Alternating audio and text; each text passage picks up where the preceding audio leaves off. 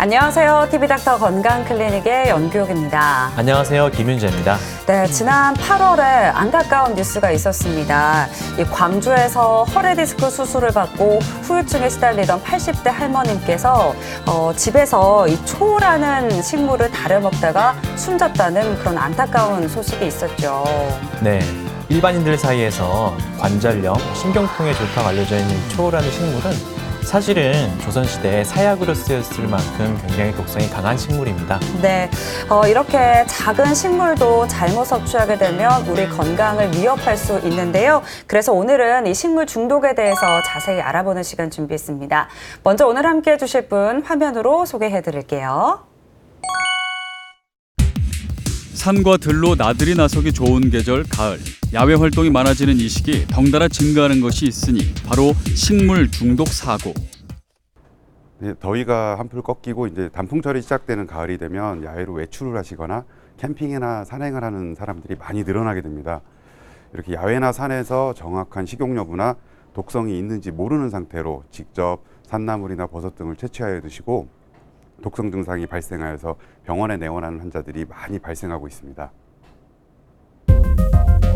가을철은 야생버섯이 많이 나는 계절로 국립공원 탐방로나 야영장 주변에서도 여러 종류의 버섯이 자란다. 이 중에는 식용버섯과 비슷하게 생긴 맹독버섯도 있는데 이를 식용버섯으로 착각하고 먹었을 경우 심각한 중독 사고로 이어질 수 있다.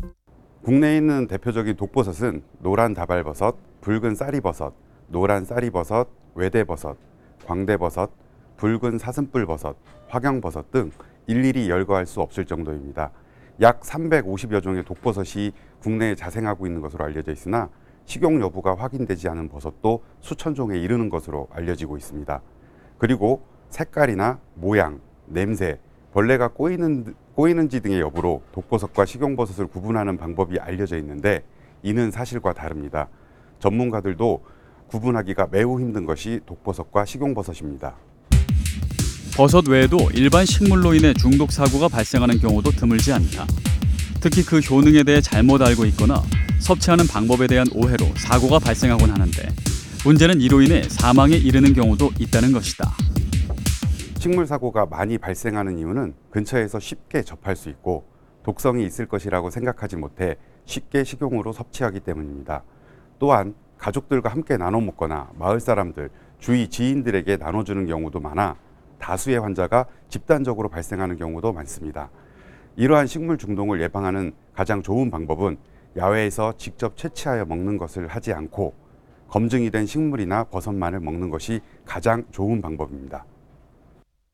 국립공원 구역 내의 모든 임산물을 별도의 허가 없이 채취하는 것은 불법으로 이를 어길 경우 자연공원법에 따라 3년 이하의 징역 또는 3천만 원 이하의 벌금에 처해진다. 또한 위법이 아니어도 모르는 식물을 먹는 것은 심각한 사고로 이어질 수 있어 무조건 금기하는 것이 좋은데 오늘 TV닥터 건강클리닉에서는 응급의학과 전문의 주기혁 과장과 함께 식물 중독에 대해 자세히 알아본다. 네, 가을에는 등산을 즐기는 분들도 많으시고요. 또 직접 산에 올라서 버섯을 채취해서 드시는 분들도 많이 계십니다. 그래서 이 가을이 식물 중독 사고가 일어나기 쉬운 계절이라고 하네요. 네, 그래서 이러한 사고를 미연에 방지하기 위해서는 잘 모르는 거는 먹지 말아야 되는데요. 자칫하면 목숨을 잃을 수도 있습니다. 네, 맞습니다. 그래서 오늘은 어떤 식물이 위험한지 그리고 어떤 문제를 일으킬 수 있는지에 대해서 자세히 알아보도록 하겠습니다. 먼저 앞서 영상으로 소개해드렸던 주기혁 과장 스튜디오에 함께하고 있습니다. 과장님 어서 오세요. 네, 반갑습니다. 네, 앞서서 저희가 이제 80대 할머님의 안타까운 뉴스를 또 전해드렸었는데요. 이런 식물 중독 사고가 좀 잦은 편입니까? 어떻습니까? 네, 응급실에 중독으로 내원하는 환자들로만 본다면 약물 중독 다음으로 가장 많은 중독입니다. 사실 정확한 발생 빈도나 전체 환자 수를 헤아리기가 어려운 게 식물 중독입니다. 섭취 이후에 가벼운 복통이나 오심, 구토, 설사 등으로 끝나는 경우에는 단순히 상한 음식을 먹어서 그렇겠거니 생각하거나 체했다고 생각해서 병원에 내원하지 않는 경우도 많이 있고 환자들이 독성 식물인지 모르고 먹은 경우에는 병원에 와서도 어떤 식물을 섭취하였는지 말하지 않거나 하는 경우도 많이 있기 때문입니다. 하지만 병원에서 실제 근무를 하다 보면 생각보다 많은 환자들이 잘못된 식물 섭취로 인하여 병원에 오는 것을 볼 수가 있습니다. 네, 왜 과거에는 먹을 게 부족하다 보니까 길거리에 이제 흩어 있던 그런 식물 같은 거 많이 먹을 수 있었는데요. 요새는 누가 이렇게 먹을 게 풍족한 상황에서 그런 걸 주워 먹겠냐 싶은데 은근히 많지 않습니까? 어떻습니까? 예, 그렇습니다. 과거와 달리 현대에서는 일부러 찾아서 먹는 경우가 많이 있습니다. 사실 식물 중독이라는 것이 가장 문제가 되는 이유는 일상생활에서 너무나 쉽게 접근을 할 수 있다는 것입니다. 우리나라의 경우 나물이나 버섯, 야채 등을 평소에도 반찬으로 자주 요리해 먹기 때문에 전혀 독이 있거나 위험하다고 생각을 안 하는 경우가 많이 있습니다. 그리고 이러한 식물들이 깊은 산속이나 오지가 아니어도 사람들이 많이 살고 있는 도심지 인근이나 공원 등을 산책하다가 쉽게 접할 수가 있다는 것입니다. 실제로 병원에 내원하는 중독 환자들 중에는 깊은 산속까지 가서 전문적으로 채취하고 섭취해서 생기는 경우보다는 집 근처 공원이나 뒷산 등을 산책하다가 채취해서 생으로 섭취하고 가정에서 요리를 해서 먹고 독성 증상이 발생해서 병원에 내원하는 경우가 많이 있습니다. 네, 그리고 또 우리나라 사람들이 이제 건강에 좋다고 하면 또 그 식물이나 약초 같은 게 막 한 번에 그쵸. 인기를 끌기도 하고 그런 성향들이 있는데 이런 것들도 좀 식물 중독 사고의 빈도에 영향을 미칩니까? 네, 그렇습니다. 최근 건강에 대한 관심이 매우 높아지면서 유기농, 웰빙, 채식, 자연주의 등의 많은 이목을 끌고 있습니다. 또한 고혈압, 당뇨 같은 만성질환이나 암과 같은 중증질환에서도 식이요법이나 자연치료요법에 대한 관심도 많이 늘고 있습니다. 그러다 보니 건강에 좋다는 각종 식물들이 대중매체나 SNS, 인터넷 등을 통해 알려지게 되고 사람들이 많이 복용을 하고 있습니다. 검증된 제품으로 구입을 하는 경우에는 문제가 생길 가능성이 매우 낮겠지만 직접 채취하여 복용을 하는 경우가 많아 문제가 되고 있습니다. 또한 개인적으로 혼자 채집을 하는 경우도 있지만 동호회나 모임 등을 통하여 주말이나 휴일 등에 같이 채집을 하러 다니는 경우도 많이 늘고 있습니다. 그리고 이렇게 채취한 각종 식물들을 주위 지인들에게 나누어 주거나 인터넷 등을 통하여 직접 판매를 하는 경우도 있습니다. 이러한 직접 채취를 한 경우가 문제가 되는 이유는 식용과 비슷한 독성 식물을 오인해서 채취하거나 식용 여부나 독성 여부가 알려지지 않은 식물들을 채취하는 경우가 종종 있기 때문입니다. 네. 특히 이런 식물 중독 사고 같은 경우는 야생에서 식물을 채취해가지고 가족끼리 같이 해먹잖아요. 그렇죠, 그렇죠. 그러니까 사고가 지인과 일가족 같이 나타나는 경우가 많죠. 네. 대부분 섭취하는 이유가 맛있고 귀한 식재료로 생각을 하거나 네. 건강에 좋다고 생각을 하기 때문에 혼자 복용을 하는 경우보다는 가족과 요리를 해서 같이 나눠 먹는 경우가 많습니다. 네. 제가 직접 진료를 하면서 경험했던 경우인데 산에서 캔 미상의 뿌리를 삼계탕에 넣어서 일가족이 같이 복용 후 할아버지 할머니부터 손자 손녀까지 3대가 모두 의식 저하로 내원했던 경우도 있습니다. 이렇게 가족들과 나누어 먹는 경우뿐 아니라 마을 주민 30여 명이 집단적으로 독초를 오인하여 나누어 먹고 집단 발병한 사례도 있습니다. 아니, 그러니까 이게 건강에 좋은 거니까 우리 같이 먹어야지 이런 마음으로 그쵸. 드셨을 텐데 네. 이렇게 안타까운 결과를 초래하는 게 좀 마음이 아프기도 한데요. 근데 이렇게 독성이 있는 식물들은 사실 전문가가 아니고서야 이게 독이 있는지 없는지 분별이 좀 불가능할 것 같은데요. 네, 접근성 다음으로 식물 중독에서 문제가 되는 부분이 바로 그러한 부분입니다. 국내에서 자생하는 총 식물의 수는 약 8,300여 종으로 알려져 있는데 이 모든 식물에 대하여 식용 가능 여부나 독성의 여부가 알려져 있는 것은 아닙니다. 또한 독성 가능 여부나 식용 여부가 알려진 식물들 중에서도 모양이나 색상이 비슷하여서 오인하여 복용하는 경우가 많이 있습니다. 식물의 경우 모양이나 색상, 형태 등으로 독성 식물을 구분하는 것은 전문가라 하더라도 매우 어렵다고 합니다. 많은 경우 일반인들이 인터넷에 있는 사진이나 네. 모양에 대한 정보만을 보고 구별하여서 오인하는 경우가 흔합니다. 더욱이 자연 상태 그대로가 아닌 건조를 하거나 분말, 즙 등으로 만들어서 먹는 경우에는 원래의 식물을 판단할 수도 없고 독성을 판단할 수 없기 때문에 더욱 조심하여야 합니다.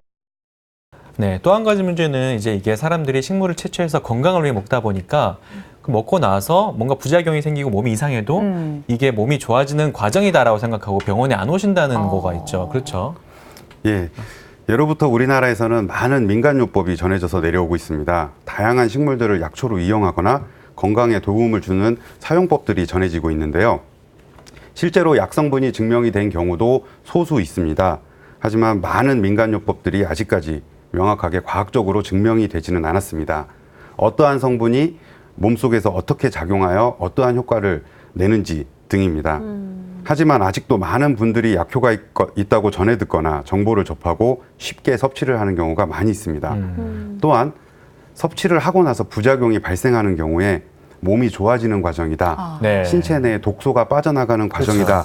라고 생각을 해요. 복용을 중단하지 않고 복용을 계속 드셔요. 지속하거나 오히려 더 많은 양을 드시는 경우도 있습니다. 어떡해요. 진짜 너무나 안타까운데 사실 또 이런 분들도 계세요. 그런 식물들이나 아니면 벌 같은 곤충을 이제 술에다가 이제 네. 담궈가지고 담금주라고 이렇게 드시는 담금주. 분들 계시는데 이런 거는 좀 괜찮을까 궁금하거든요.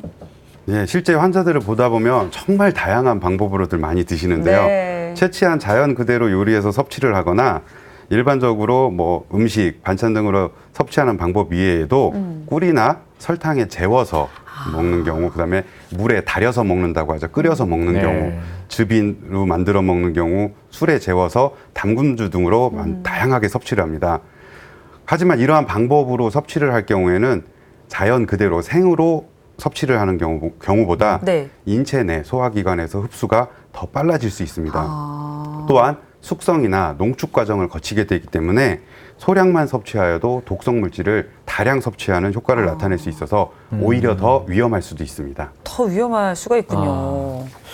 이게 이제 독성 물질을 얼마나 먹었는지도 중요한데요. 그렇게 야생에서 해가지고 음식에 같이 섞어 먹으면 내가 이 물질을 얼마나 먹었는지 알 수가 없지 않나요? 앞서서 말씀드린 것과 같이 1차적으로는 정확한 독성이 알려지지 않은 경우가 많이 있습니다. 또한 독성 식물로 분류되어진 경우에도 함유된 독성이 어떠한 물질인지 아직 연구가 되어지지 않은 경우도 많이 있습니다. 또한 독성 물질이 밝혀졌다 하더라도 얼마큼 먹었을 때 인체 내에서 독성 효과를 나타내는지 알려주는 독성 용량이 안 알려진 경우가 대부분입니다. 네. 또한 일반적으로 우리가 먹게 되는 약품, 의약품 같은 경우에는 정확한 성분과 함량을 지켜서 만들어지기 때문에 섭취한 용량이 독성과 비례하게 됩니다. 네. 예를 들어서 하나를 먹었을 때와 열알을 먹었을 때를 비교한다라면 하나를 먹었을 때보다 열알을 섭취한 경우가 정확히 10배를 먹었다라고 약품의 경우에는 우리가 판단을 그렇죠. 할 수 있지만 네. 식물의 경우에는 다수의 사람들이 똑같이 한 뿌리씩을 나눠 먹었다 하더라도 각각 한 뿌리에 들어있는 독성 용량이 다를 수가 있기 그렇죠. 때문에 독성 효과 또한 다 다를 수가 있습니다. 네. 그건 진짜 아무도 알 수가 없겠네요. 얼만큼 함유가 되어 있는 건지. 그리고 또 어떤 분들은요, 뭐 일부 식물의 경우 뭐 말려서 먹거나 뭐 끓여서 먹으면 이게 독성이 없어진다. 이렇게 알고 계신 분들도 계십니다. 이거는 맞는 말인가요? 어떻습니까? 아닙니다. 대부분 이러한 경우들이 이미 독성이 있다라고 알려져 있는 경우인데요. 독성이 있지만 민간요법으로 이용하거나 혹은 식용으로 사용하기 위해서 자체적으로 독성 제거를 시도하는 경우가 있습니다. 대표적으로 끓는 물에 삶으면 독성이 빠져나가기 때문에 그 끓인 물만 버리고 네. 나서 먹으면 안전하다던가 자연적으로 건조를 오래 시키거나 아니면 찌는 등의 방법들이 알려져 있는데요. 네. 이러한 방법들은 결코 독성을 제거할 수는 없습니다. 오히려 몇몇 식물 등에서는 이러한 과정들이 독성을 악화시킨다고 알려져 있습니다. 네. 그렇군요. 또 이런 것도 문제입니다. 이제 어떤 식물 같은 경우는 먹자마자 증상이 나타나는 게 아니라 네. 먹고 나서 한참 있다가 증상이 생기는 경우도 있거든요. 이런 경우는 어떤가요? 독성 효과를 나타내는 시간은 식물들마다 매우 다양합니다. 섭취 후 30분에서 2시간 이내에 나타나는 경우가 가장 흔한 경우이긴 한데요. 네. 네. 몇몇 독성 버섯류와 같은 경우에서는 최대 16시간이 지나서 아. 독성 효과가 나타나는 경우도 있습니다. 사람이 입을 통해서 뭔가를 섭취하게 되는 경우 1차적으로 소화가 되고 분해가 되고 흡수가 되는 곳은 위장관 계통이기 때문에 오심, 구토, 복통 등의 소화기 증상은 대부분 섭취 이후에 즉각적으로 빨리 일어나는 편입니다. 하지만 의식 변화 같은 신경계통 증상은 섭취한 독성 물질이 인체 내에 흡수되고 나서 대사와 분해 과정을 거친 이후에 그 대사 물질이 독성을 나타내기 때문에 섭취 후 수시간이 경과한 이후에 발생을 할 수 있습니다. 이렇게 이러한 경우에 의식이 저하된 상태로 병원에 오게 되면 무엇을 먹고 증상을 발생했는지 의사들은 판단할 수가 없습니다. 그리고 간이나 신장에 독성을 나타내는 물질들은 섭취 후 수일이 지나서 간 수치나 신장 수치의 상승을 유발하는 경우도 있습니다. 네. 그러면 이런 독성 식물을 좀 먹었을 때 뭐 해독제라든가 아니면 뭐 치료 방법들은 어떻게 될까요? 앞서 말씀드린 바와 같이 독성이 안 알려져 있는 경우가 많고 독 성분이 알려져 있다 하더라도 해독제가 있는 경우는 거의 없습니다. 또한 병원에서 어떤 혈액 검사나 소변 검사를 통하여 독성의 유무를 혹은 독성의 성분을 알아낼 수 있는 방법도 없습니다. 따라서 이런 식물 중독의 경우 첫 번째 치료는 환자들 각각이 발생한 증상에 맞추어 치료를 하는 대중요법을 할 수밖에 없습니다. 병원에서는 일반적인 화학약품이나 약물 중독 환자에서는 위세척이나 활성탄 투여 같은 방법이 일반적으로 사용되어지는데 이러한 방법도 제한적일 수밖에 없습니다. 왜냐하면 많은 환자들이 단순히 상한 음식을 먹거나 체해서 그렇게 했거니 생각을 하고 병원에 늦게 오는 경우들이 많은데 맞아요. 위세척 같은 경우는 섭취 이후 1시간에서 2시간 정도가 경과하게 되면 치료에 의미가 없는 경우가 많기 때문입니다. 네. 또한 의식이 저하되어 있는 경우에는 흡인의 위험 등이 있기 때문에 위세척을 매우 조심스럽게 할 수밖에 없습니다. 활성탄의 경우에는 위세척보다는 식물 중독에서 사용을 해볼 수 있다라는 의학적인 연구 결과들이 있는데요. 그 효과가 명확하게 입증된 것은 아닙니다. 네. 뭐 이제 특별한 해독제도 없고요. 뭐 치료 방법이 있긴 하지만 그게 얼만큼 효과가 있는지 입증이 안 된다고 하니까 먹기 전에 진짜 그렇죠. 주의를 해야 될 것 같습니다. 네, 그래서 지금부터는 이제 우리가 일상생활에서 접해볼 수 있는 그 식물 중독에 대해서 알아볼 텐데요. 먼저 자리공이라는 식물입니다. 자리공은 어떤 식물인가요? 아마 응급실에서 버섯과 함께 식물 중독으로 내원하는 가장 많은 경우일 것입니다. 네. 자리공은 한국 전역에 자생하는 상륙과 자리공과의 식물로서 일반적으로는 당륙, 다미, 장녹, 자리생이, 상륙 등으로 불리우기도 합니다. 신경통치료제나 이뇨제 등으로 민간요법으로 예로부터 많이 이용되어 왔고요. 자리공은 깊은 산속이 아니라 도심지 주택가나 공원, 도로변, 아파트 화단 등지에서도 매우 쉽게 발견되는 네. 식물입니다. 사진을 보시게 되면 생긴 모습이 마치 도라지나 삼, 예. 진짜요? 하수오, 뿌리가 굵은 것은 칡과 매우 비슷하기 때문에 그러네요, 진짜. 오인하여 복용하는 경우가 매우 많은 식물입니다. 되게 익숙한 네. 그 외형을 갖고 있는 딱 식물이네요. 보니까 완전 그냥 도라지인데요. 먹어도 될 것 네. 같고. 그러면 이 자리공은 먹었을 때 어떤 증상이 나타나나요? 가장 흔한 증상은 오심, 구토, 복통 같은 소화기 계통 증상입니다. 매우 심한 구토와 설사가 아이고. 발생하게 되는데요. 네. 하지만 독성이 심하지는 않아서 대부분의 경우에는 항구토제나 진경제 같은 소화기 약물과 수액 공급으로 증상이 호전되는 경우가 많습니다. 하지만 구토나 설사가 심하면 단기간 입원 치료가 필요할 수도 있습니다. 심하게 많이 먹은 경우에는 중추신경계 자극에 의한 실신이나 의식 변화도 발생하는 것으로 알려져 있습니다. 그리고 소아나 고령의 환자에서는 이러한 구토와 설사로 인해서 탈수가 발생하는 경우 급성 신부전이 발생할 수도 있습니다. 네. 네, 다음은 진달래인데요. 진달래는 우리가 먹기도 하잖아요. 우리가 뭐 화전이라고 하잖아요. 전에 붙여서 먹을 수 있지 않나요? 맞아요. 똑 따서 뒤에 꿀을 먹었던 네. 기억도 좀 있고요. 진달래도 독성이 있나요? 네, 그렇습니다. 진달래 자체는 국내 곳곳에서 자생을 하고 말씀하셨듯이 꽃을 따서 먹기도 했었고 음력 3월 3일에는 꽃다림이라고 해서 진달래꽃으로 화전을 부쳐 먹는 네. 풍습도 있었습니다. 맞아요. 예. 식용 이외에도 고혈압이나 천식 등의 효과가 있어서 민간요법으로 약재로 많이 사용됐는데요. 알고 계시는 진달래꽃 자체는 꽃 수술만 제거하게 되면 독성은 없는 것으로 알려져 있습니다.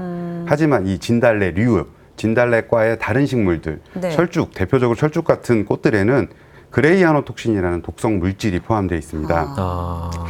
이게 문제가 되는 것은 진달래꽃과 철쭉을 모양으로 구분하기는 매우 힘든데요. 되게 비슷하잖아요. 사진을 보시게 되면 네. 같은 꽃처럼 보이시죠? 네.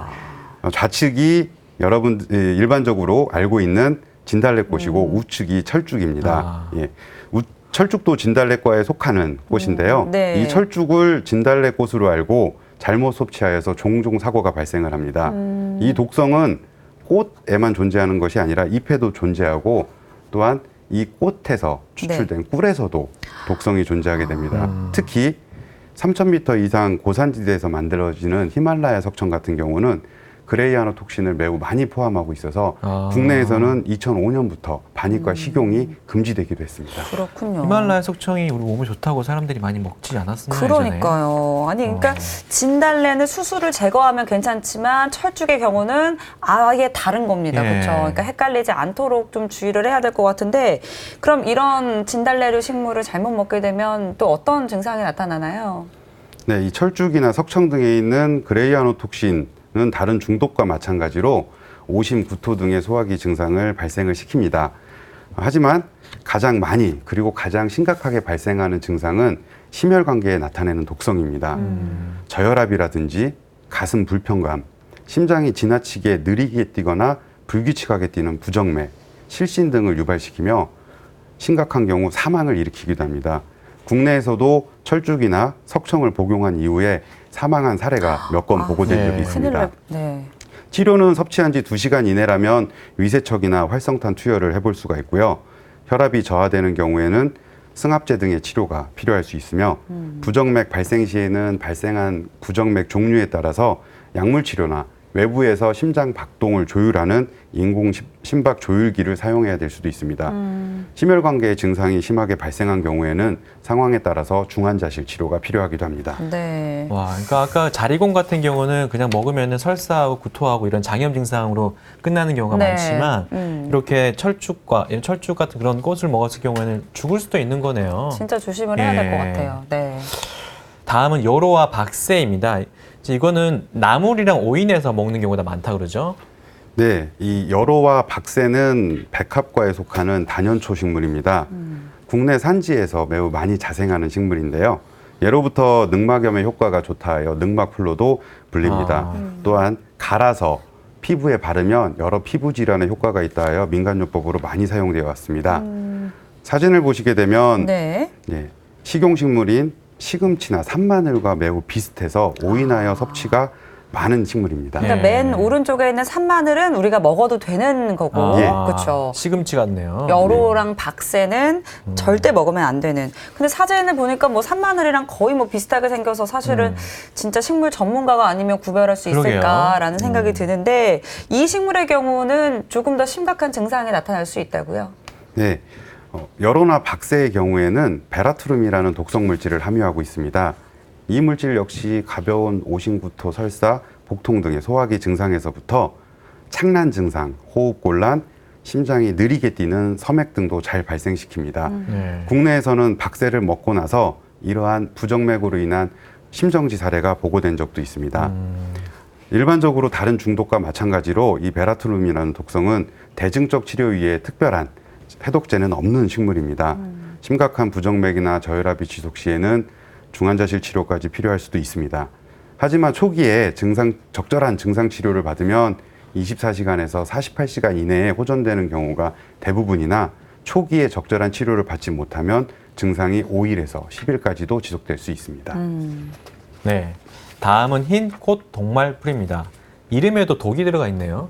네, 사진을 보시면 흰꽃 동말풀은 가지과의 식물로 예전에는 발황산, 발홍산, 악마의 나팔 등으로 불리우고 있는 식물입니다. 최근에는 다투라라는 이름으로 관상용으로 가정에서 많이 키워지고 있는 식물입니다. 네. 원래는 외래 식물이나 지금은 전국의 들판, 길가에 자생하는 귀화 식물입니다. 예로부터 천식, 기침 등 호흡기에 좋다고 하여 약으로 많이 사용되어졌습니다. 네.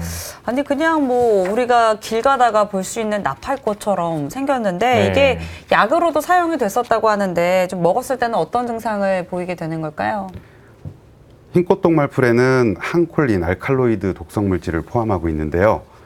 부정맥이나 빈맥, 고혈압, 입마름, 소변 배출 장애, 우리 몸에 이제 자율신경계에 영향을 끼쳐서 다양한 신경 자극 증상을 나타나게 됩니다. 또한 의식 변화를 동반하는 경우도 많이 있습니다. 흥분이라든지 선망, 네. 정신 착란, 과격한 행동 등의 증상도 잘 유발하는 식물입니다. 흰꽃 동말풀은 씨를 섭취하는 경우가 많은데요. 이 씨를 섭취했을 경우 씨가 소화가 되지 않고 오랜 시간 윗속에 남아서 독성 효과를 낼 수 있습니다. 따라서 씨를 섭취했을 때는 12시간이 지나도 위세척을 시도해 볼 수가 있습니다. 자율신경계에 대한 독성은 우선적으로 대증적 요법을 시도해 보고 반응이 없거나 상태가 악화되는 경우에는 피조스트립이라는 신경작용제를 사용해 볼 수 있습니다. 네.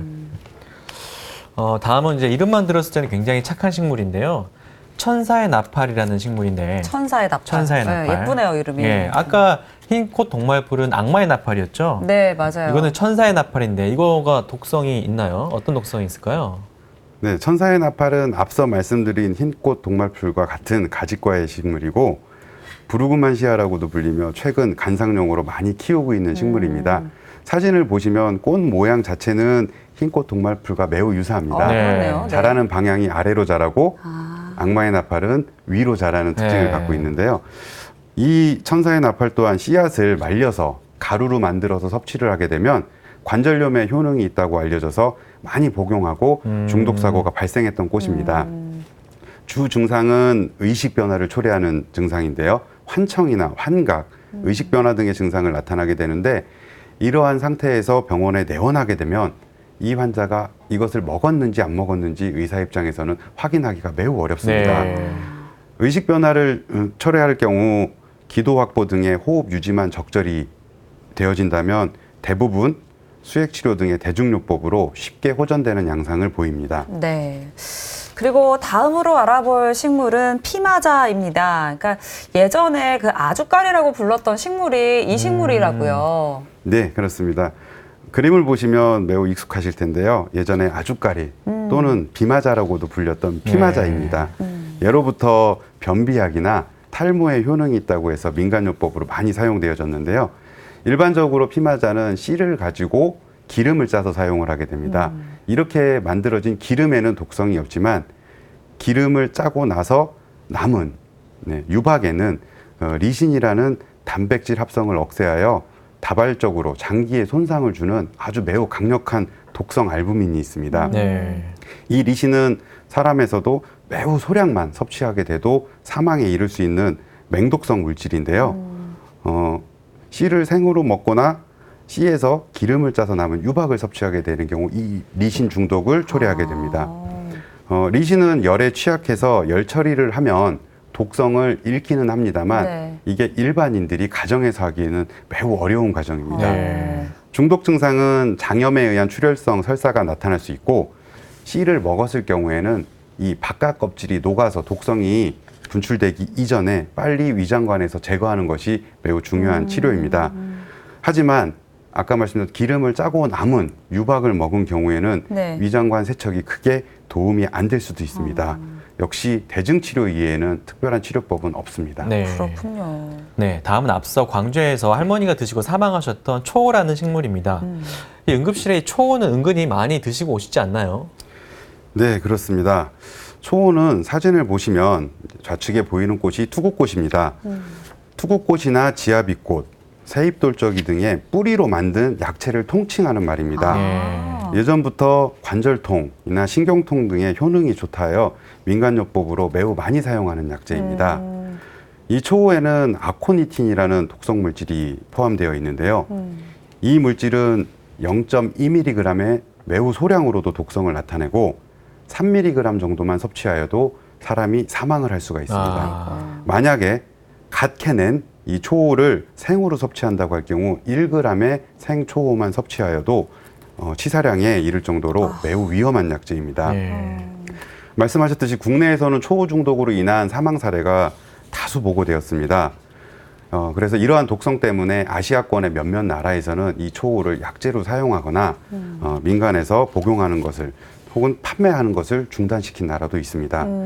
이 아코니틴이라는 독성 물질은 주로 심혈관계 증상을 발생하며 치명적인 부정맥, 그다음에 혈압저하, 심장마비 등을 유발시킵니다. 하지만 민간에서는 이렇게 맹독성인데도 뿌리를 찌거나 소금물에 담궈두면 독성이 없어지거나 혹은 부작용이 발생하더라도 소량씩 점차 증량을 해나가면서 먹게 되면 내장기관이 튼튼해진다. 이렇게 알려져서 복용을 하는 경우가 많이 있습니다. 아. 또한 중독 증상이 발생했을 경우에 민간요법으로 검정콩이나 감초를 달여서 먹으면 해독이 된다. 이렇게 해서 아. 병원에 오시지 않는 경우도 종종 있습니다. 초우 또한 특별한 해독제는 없고 대증적 요법위에 특별한 치료는 없는데 대부분의 경우 심혈관계 증상 때문에 중환자실 치료를 필요로 하는 경우가 많이 있습니다. 네. 네, 이런 이제 확인되지 않은 방법들 때문에 이제 건강이 위험해질 수 있다라는 거를 오늘 시간을 통해서 꼭 알고 계셨으면 좋겠습니다. 네. 이번에는 또 버섯에 대해서 좀 알아보겠습니다. 이제 가을이 되기도 했고요. 이제 산에 가서 버섯을 캐서 드시는 분들 생각보다 굉장히 많이 계십니다. 그래서 좀 사고도 가을에 많이 난다고요. 네, 이제 가을을 맞아서 본격적인 단풍철이 시작되고 네. 산행이나 캠핑을 하시는 분들도 많이 늘어나고 그럼요. 있습니다. 네. 그러다 보니까 야생에서 이렇게 채취한 버섯을 잘못 드시고 병원에 많이 오시게 됩니다. 국내에는 약 5천여 종의 버섯이 자생을 하고 있다고 알려져 있는데요. 식용이 명확하게 가능하다고 알려진 경우는 350여 종이고 네. 300여 종은 독성이 있다라고 알려져 있습니다. 하지만 이 나머지의 수천 종의 버섯의 경우에는 독성이 있는지 없는지 식용이 가능한지 아닌지 아직 파악이 되지 네. 않은 버섯들입니다. 네. 버섯 중독에 있어서 제일 문제가 되는 부분이 독버섯인지 식용버섯인지 오인을 해서 복용을 하는 경우인데요. 네. 평소 흔히 복용을 하는 송이버섯이나 밀버섯, 쌀이버섯 등인 줄 알고 캐어서 복용을 하셨다가 네. 독성으로 치료를 받으시는 경우가 아이고. 매우 많습니다. 네. 근데 우리가 이제 색이 화려하고 예쁘면 독버섯이라고 생각할 수 있는데 그거 네. 맞는 생각인가요? 아마도 이 독버섯에 대해서 가장 많이 알려진 오해가 지금 말씀하셨듯이 모양이나 색깔이 화려하거나 한 경우 독버섯이다. 네. 맞아요. 그리고 모양이 수수하거나 단색, 흰색 이런 경우에는 식용을 할 수 있는 네. 버섯이다라고 알려져 있는데요. 사진을 보시면 지금 제가 2개의 버섯 사진을 올려놨습니다. 네. 좌측에 보이시는 빨갛고 뭔가 네. 화려해 보이는 버섯과 오른쪽에 우리가 이제 버섯이라고 일반적으로 생각하는 생각했을 때 버섯의 모양. 모양. 예. 어느 쪽이 식용버섯이고 어느 쪽이 독버섯일까요? 아니, 이 이미지만 네. 봤을 때는 딱 봐도 왼쪽인데요. 왼쪽이 독버섯 네. 아닐까요? 왼쪽은 이제 달걀버섯이라고 아. 이 네로 시대 때부터 식용으로 사용된 아주 유명한 식용버섯입니다. 먹어도 되는 네. 버섯이군요. 예. 그리고 오른쪽에 있는 버섯은 광대버섯이라고 국내에서 매우 많은 버섯 중독 사고를 일으키는 맹독버섯입니다. 이건 진짜 모르겠어요. 송이버섯 같이 네, 생겼는데요. 오른쪽 버섯을 몸에 먹어도 좋을 될 것 것 같은데. 같이 생겼어요. 하지만 이렇게 모양이나 색깔 이외에도 네. 독버섯과 식용버섯의 구분법들이 많이 인터넷 등이나 이렇게 알려져 있는데요. 하나하나 보시게 되면 첫 번째 지금 말씀드렸듯이 색이 뭐 화려하고 원색이다. 또한 채취를 해서 이렇게 세로로 찢어봤을 때 잘 찢어지지 않는 게 독버섯이고 잘 찢어지면 식용버섯이다. 그리고 독버섯에는 벌레가 꼬이지 않는다. 하지만 벌레들은 사람과는 완전히 다르기 때문에 독버섯, 식용버섯을 가리지 않습니다. 네. 그리고 요리를 하거나 이 버섯을 끓인 물에 은수저를 넣게 되면 은수저가 까맣게 변하게 된다. 독버섯은. 아. 네. 그 다음에 이 버섯의 중간 대부분에 띠가 있으면 식용버섯이고 띠가 없으면 독버섯이다. 예, 그래서 나무에서 자라는 버섯은 식용버섯이고 음지나 이렇게 습한 데서 자라는 버섯은 독버섯이다. 또한 물에 끓이거나 뭐 가지랑 같이 볶아서 요리를 하거나 들기름 등을 넣으면 독성이 사라진다. 이러한 것들이 일반인들에게 이제 많이 알려진 독버섯과 식용버섯의 구분 방법인데요. 이거는 모두 틀린 말입니다. 그러니까 지금 말씀해 주셨던 거는 우리가 다 잘못 알고 있는 네, 잘못된 그렇습니다. 버섯 거지. 상식인 거죠. 예. 이 전문가들조차도 모양이나 색상, 뭐 자라는 위치, 냄새 등으로 독버섯과 식용버섯을 구분하는 것은 매우 어렵다고 얘기를 합니다. 그러니까요. 뭐 5,000종 중에서 350종 식용버섯 또 300종은 독버섯 이렇게 구분이 돼 있고 나머지는 아직 확인되지 않은 어렵다. 것들이 많으니까 그냥 뭐 마트나 네, 아니면 그런 것만 사 재래시장에 먹어야겠어요. 가서 좀 구매를 해서 드시는 게 조금 안전하지 네. 않을까라는 생각이 듭니다. 아. 네, 그리고 또 버섯에 대해서 조금 더 알아보도록 하겠습니다. 이제 쌀이버섯이에요. 쌀이버섯은 식용버섯이잖아요. 네, 쌀이버섯은 국내에서 식용으로 매우 많이 섭취하는 버섯입니다. 네. 국내에는 이 쌀이버섯도 약 10여 종의 쌀이버섯이 존재하게 되는데요. 그 중에서 노랑 쌀이버섯이나 붉은 쌀이버섯은 그 자체로도 독성을 나타내게 됩니다. 네. 하지만 이제 식용으로 많이 사용하는 참쌀이 버섯, 지금 사진에 보시는 게 참쌀이 버섯인데요. 네. 이 참쌀이 버섯도 민감하신 분들은 구토나 오심, 설사 등의 소화기 계통 증상이 발생할 수 있습니다. 네. 그래서 이제 민간에서는 이 쌀이버섯의 독성은 물에 끓여서 그 끓는 물을 버리고 하는 과정을 두세 차례 거치게 되면 독성이 없어진다고 알려져 있는데요. 네. 그렇게 해서 물에 끓여서 끓는 물을 버리고 나서 섭취를 한 경우에도 독성이 발생해서 병원에 내원하시는 환자분들이 있습니다. 네. 다음은 삿갓 외대 버섯입니다. 이거는 우리가 보통 이제 잘 먹는 그런 버섯과 비슷하게 생겼다고 해서 사람들이 많이 오인하고 먹을 수 있다고 하네요. 어떤가요? 네, 이 삿갓 외대버섯 발음이 어렵죠. 이 삿갓 외대버섯은 그 밀버섯이라고 하는 우리가 이제 식용으로 많이 섭취하는 밀버섯과 오인해서 복용하는 경우가 많은 버섯입니다. 사진을 보시게 되면 지금 네. 밀버섯과 외대버섯 네, 두 개의 사진을 제가 올려놨는데요. 아니, 이거 이렇게 써놓으니까 알지 사실은 그렇죠. 그냥 네, 보면 그렇습니다. 모를 것 같아요. 모양이나 색깔로는 정말 네. 네, 같은 버섯이라고 봐도 무방할 정도로 똑같이 생긴 버섯입니다. 네. 보시는 것 같이 이 모양이 매우 흡사하기 때문에 국내에서 많은 중독 사례가 보고되고 있는데요. 일반적으로 복통이나 설사, 구토 등 이런 장염 증상과 같은 증상을 보이게 되고 적절하게 약물 치료를 하게 되면 1, 2일 이내에 좋아지는 경우가 많습니다. 하지만 소아라든지 고령자에서는 이 구토와 설사로 인한 중증 탈수가 발생을 할 수도 있습니다. 네. 아이고, 이제 아이들이나 또 우리 어르신분들은 특별히 더 주의를 하셔야 될 것 같다라는 생각이 들고요. 네. 다음은 이제 광대 버섯류에 대해서 좀 알아보도록 하겠습니다.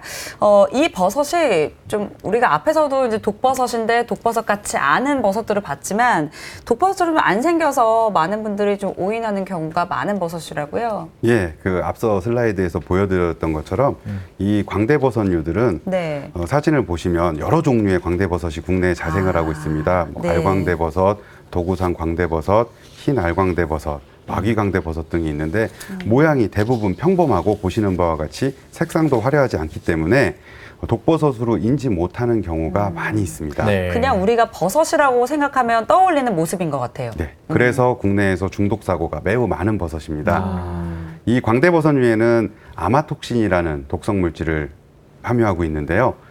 이 아마톡신이란 독성 물질은 다른 독성 물질과는 다르게 열에 매우 안정적이어서 집에서 끓이거나 열에 조리를 하거나 해도 독성이 파괴되지는 않습니다. 네.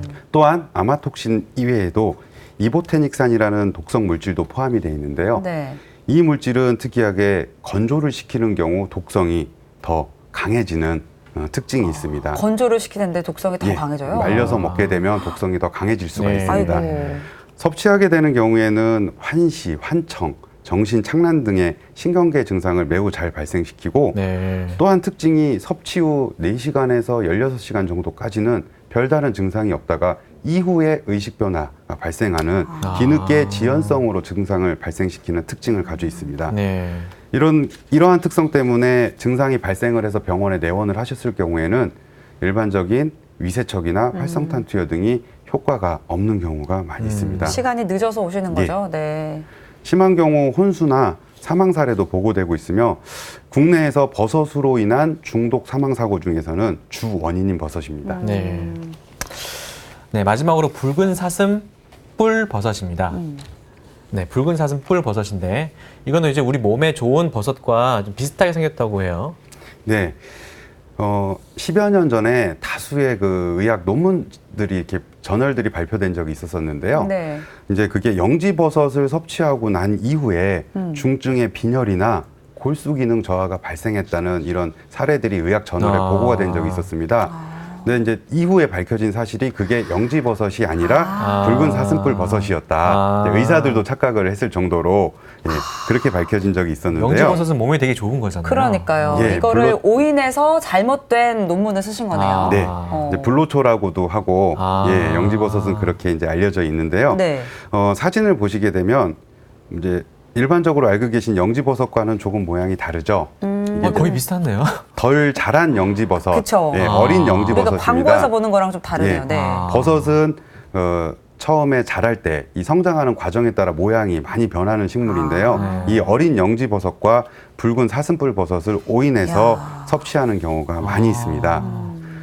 이 붉은 사슴뿔 산수뿔버섯에는 트리코테신이라는 독성분이 들어있는데요. 네. 이 물질이 과거에 생화학 무기의 원료로도 사용되기도 했던 독성분입니다. 아, 치명적인 거군요. 예. 네. 이 성분도 또한 열을 가해도 파괴되지 않고 또한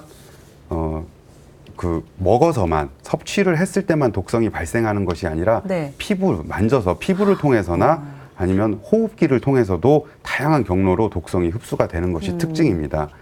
인체 내에서는 이 DNA와 RNA 합성을 방해해서 다양한 장기 손상 등을 유발하는데요. 백혈구나 적혈구, 혈소판 등의 생성을 억제하기도 하고 간이나 콩팥 등의 다발성 장기 손상을 유발하기도 합니다. 이전에는 이 붉은 사슴뿔버섯은 깊은 산속이나 오지 등에서만 좀 발견이 됐었는데요. 최근에는 도심지 주변에서도 발견되는 사례가 늘고 있고 네. 그에 따라서 또한 중독 사례 또한 늘고 있는 게 사실입니다. 네. 이제 섭취 말고도 피부를 통해서 또 호흡기를 통해서도 독성이 전해질 수 있다고 하니까 더 유의를 하셔야 될 것 같습니다. 네. 오늘은 이제 건강을 심각하게 위협하는 식물 중독에 대해서 알아봤는데요. 마지막 질문이 될 것 같습니다. 이렇게 식물 중독 사고 우리가 좀 예방하기 위해서는 어떻게 해야 될까요, 과장님? 의사뿐 아니라 모든 이런 식물을 연구하는 전문가들이 하나같이 하는 말이 있습니다.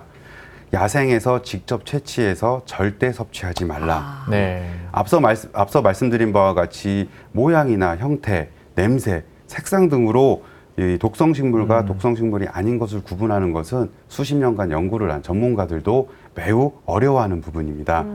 실제로 제 경험을 말씀드리면 40년간 버섯을 본인이 키워오시고 판매를 하셨던 분도 네. 버섯을 오인해서 섭취하시고 아이고. 버섯 중독으로 네. 오셔서 제게 진료를 받으신 적이 있으셨는데요.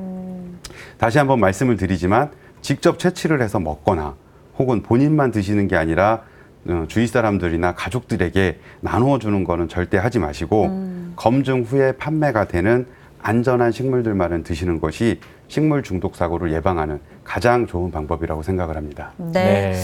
오늘은 주기혁 과장과 함께 식물 중독에 대해서 알아봤습니다. 과장님 오늘 말씀 감사합니다. 네. 네, 오늘 이제 함께 시간을 하면서 느꼈던 건 모르는 건 절대로 먹지 말자. 그리고 아는 것 같아도 절대로 먹지 말아야겠다라는 겁니다. 좀 괜찮겠지 아니면 몸에 좀 좋다고 하니까 먹어봐야지 이런 생각이 자칫하면 건강에 아주 치명적인 영향을 미칠 수 있다는 거 꼭 기억하셔야겠습니다. 네. 야생에서 채취한 것, 그리고 잘 모르는 것 절대 드시지 마시고요. 혹시라도 드셔가지고 증상이 발생했을 경우에는 빨리 응급실에서 치료를 받으시는 게 중요할 것 같습니다. 네, TV닥터 건강클리닉 오늘은 여기까지입니다. 저희는 다음 이 시간에 다시 찾아뵙겠습니다. 고맙습니다.